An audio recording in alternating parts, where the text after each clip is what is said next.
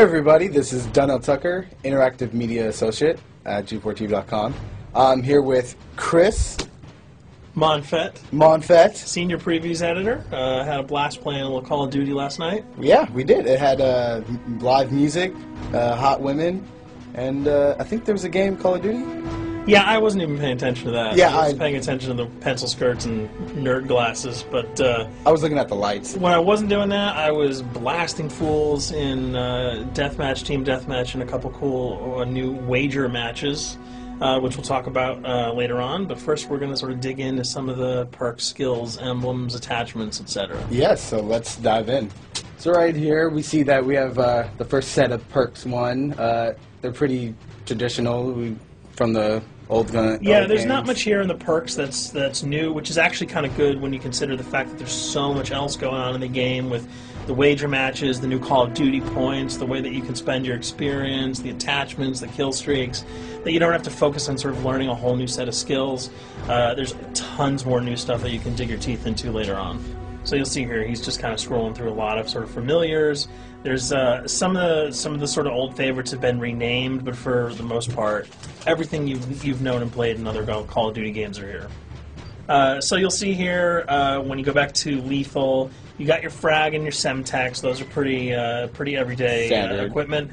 But we've also got Tomahawk, which is sort of totally new. It's sort of like a next-gen version of the knife. It's throwable, super fast to use, and it can take a dude out in one hit if you get him in the right spot. And to use it, I believe you use the right bumper. Yeah, all offensive weapons are mapped to the right bumper, and strategic weapons are now mapped to the left bumper. Okay, and pretty much the only time I used it was in Sticks and Stones in the wager match. Yeah, there's a great new wager match called Sticks and Stones, which sort of equips you with 2 weapons and a tomahawk. When you kill with the weapons, you get points. When you kill someone with a tomahawk, you basically bankrupt all their wealth. So it's really good for strategizing your way through those levels. So you'll see here, Wily Pete, Nova Gas, Flashbang, Concussion, all those are pretty standard until you get to Decoy. Decoy is I think it's going to really open up some strategy here.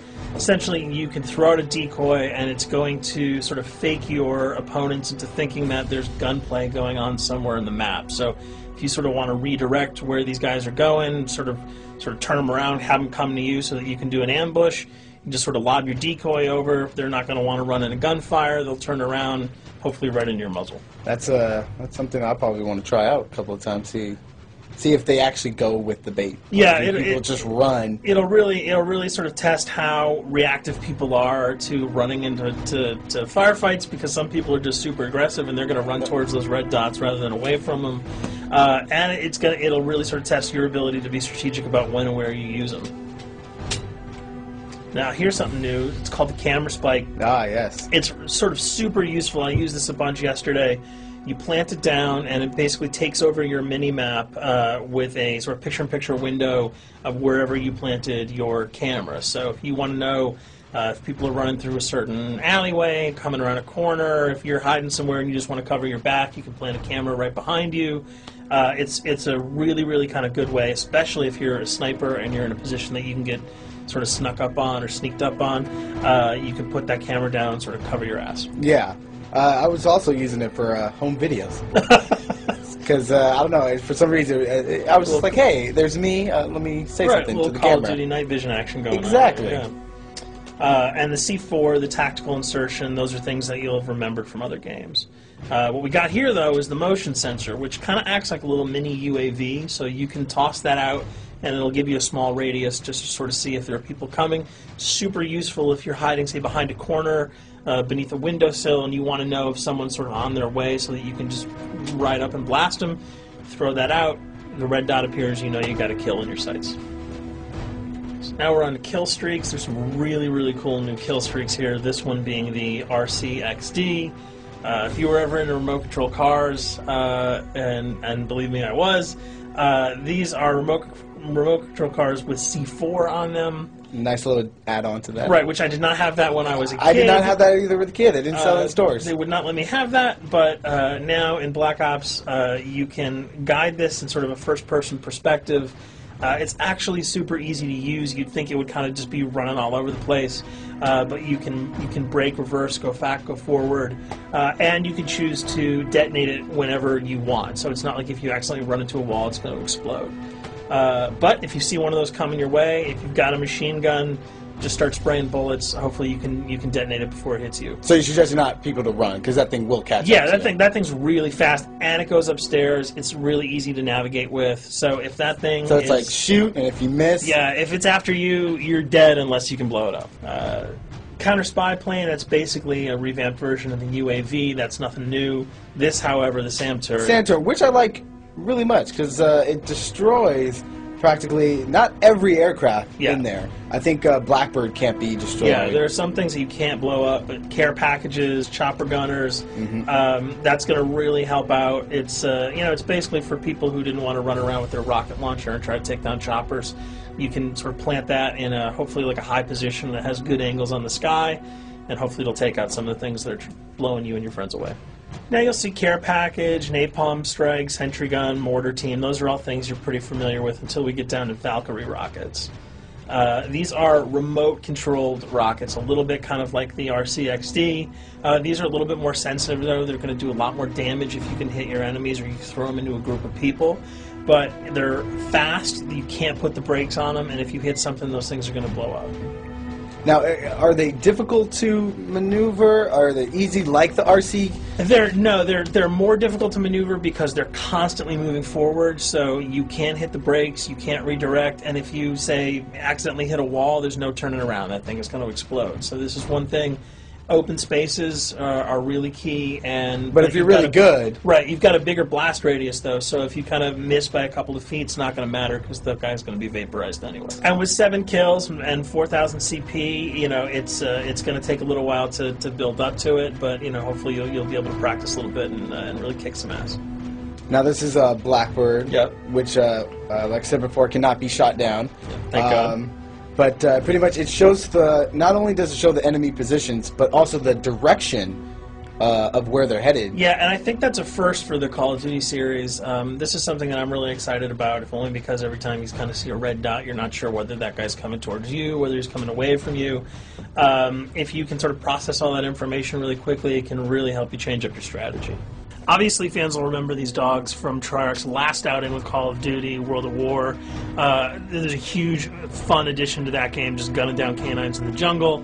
Looks like you'll be able to do it again this time, only that you get to call in the pack to kill your opponents. I got no problems blowing away a rabid attack dog. Well, even if it makes the sound, like a whimpering sound, even if it makes a little feel whimpering anything sound. when you shoot If that? it was like attack puppies or attack corgis, I probably couldn't shoot them because those are too adorable.